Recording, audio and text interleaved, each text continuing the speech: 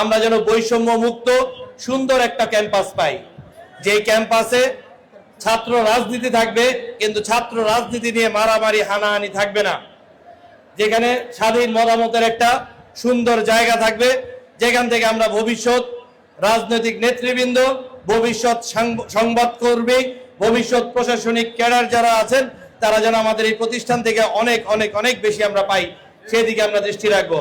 আপনাদের আগামী দিনের সুখী সুন্দর জীবন কামনা করছি। সে সাথে সাথে আপনাদের লেখাপড়ায় মনোযোগী হবেন।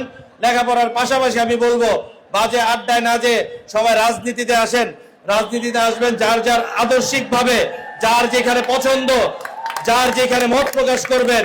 এই দেশের স্বার্থে আপনারা মত, যাতে ভিন্ন মত থাকবেই, কিন্তু মত প্রকাশ করার জন্য সবাই রাজনৈতিক চর্চা করাটা আবশ্যক। বাংলাদেশের এই সৃষ্টির আগে থেকে 52 বলেন, 71 বলেন, 90 বলেন, 24 বলেন, সবগুলি অর্জনে সবচেয়ে বেশি অগ্রণী ভূমিকা পালন করেছে ছাত্র সমাজ। অর্থাৎ বাংলাদেশের যত বড় অর্জন, সব অর্জনের অংশীদার ছিল এই ছাত্র সমাজ। অতএব এই ছাত্র সমাজের কাছে মানুষের প্রত্যাশা অনেক বেশি। কিন্তু দুঃখজনক হলো সত্য, আমাদের আজকে দেখতে হয় অনেক ছাত্র সংগঠনের নেতৃবৃন্দ অনের আচার আচরণ এমন পর্যায়ে চলে গেছে যে স্বাভাবিকভাবে সেগুলি শ্রবণ করা অনেক সময় কষ্টকর হয়ে দাঁড়ায়। সেটা জাতি আপনাদের কাছে প্রত্যাশা করে না। আমরা যে নতুন বাংলাদেশের স্বপ্ন দেখি, আমরা যে বৈষম্যহীন রাষ্ট্র ব্যবস্থা কায়েম করতে চাই, সবার বিচার সুনিশ্চিত করতে চাই, সেটা নিশ্চিত করার জন্য আপনাদের ভূমিকা অনেক গুরুত্বপূর্ণ। সৎ থাকবেন, সত্য কথা বলবেন, অন্যায়ের বিরুদ্ধে আচরণ করবেন, সে যেই হোক তার বিরুদ্ধে আচরণ করা আপনার ইমানি দায়িত্বের মধ্যে পড়ে। কিন্তু কখনোই কোনো রাজনৈতিক মত পার্থক্য থাকবে, এটাই গণতান্ত্রিক পরিবেশের সৌন্দর্য। আপনি আপনার মতামত প্রকাশ করবেন। এই বাংলাদেশ পুনর্নির্মাণে, এই বাংলাদেশকে একটি আধুনিক গণতান্ত্রিক রাষ্ট্রে পরিণত করার জন্য আপনাদেরকে তৈরি হতে হবে।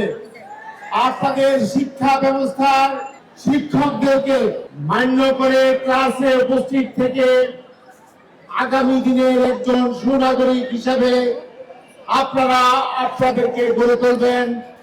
এটাই আমাদের নেতা বর্তমান প্রধানমন্ত্রী জনাব তারেক রহমানের প্রত্যাশা।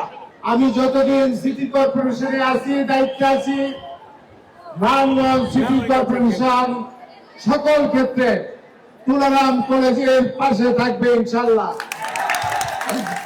আজকে নবীন যারা এসেছেন, নবীন প্রবীণের সমন্বয়ে এই কলেজকে, এই ইউনিভার্সিটি কলেজকে আগামী দিনের রেজাল্ট বাংলাদেশের সর্বোচ্চ পর্যায়ে আমরা দেখতে চাই। আমরা চাই শিক্ষক মন্ডলী এই ছাত্রদেরকে এমন ভাবে শিক্ষাদান করবেন যাতে আগামী দিনে রেজাল্ট এই নারায়ণগঞ্জ সরকারি তুলারাম বিশ্ববিদ্যালয় বাংলাদেশের একটি সর্বোচ্চ রেজাল্টধারী বিশ্ববিদ্যালয়ে পরিণত হয়। তোমরা তোমাদের চোখে মুখে বিভিন্ন আশার আলো দেখে আমি তোমাদের আশাগুলো পূরণ করার জন্য আমি বলবো, আমি দীপু ভূঁইয়া শুধু না, এই কলেজের যারা এখানে আছেন সকলে মিলে তোমাদের আশাগুলো আমরা বাস্তবায়ন করে ছাড়বো ইনশাল্লাহ। আজকে প্রতিটা বাচ্চার ছোট ছোট গল্প আছে, কিন্তু একটি গল্প হলো কমন।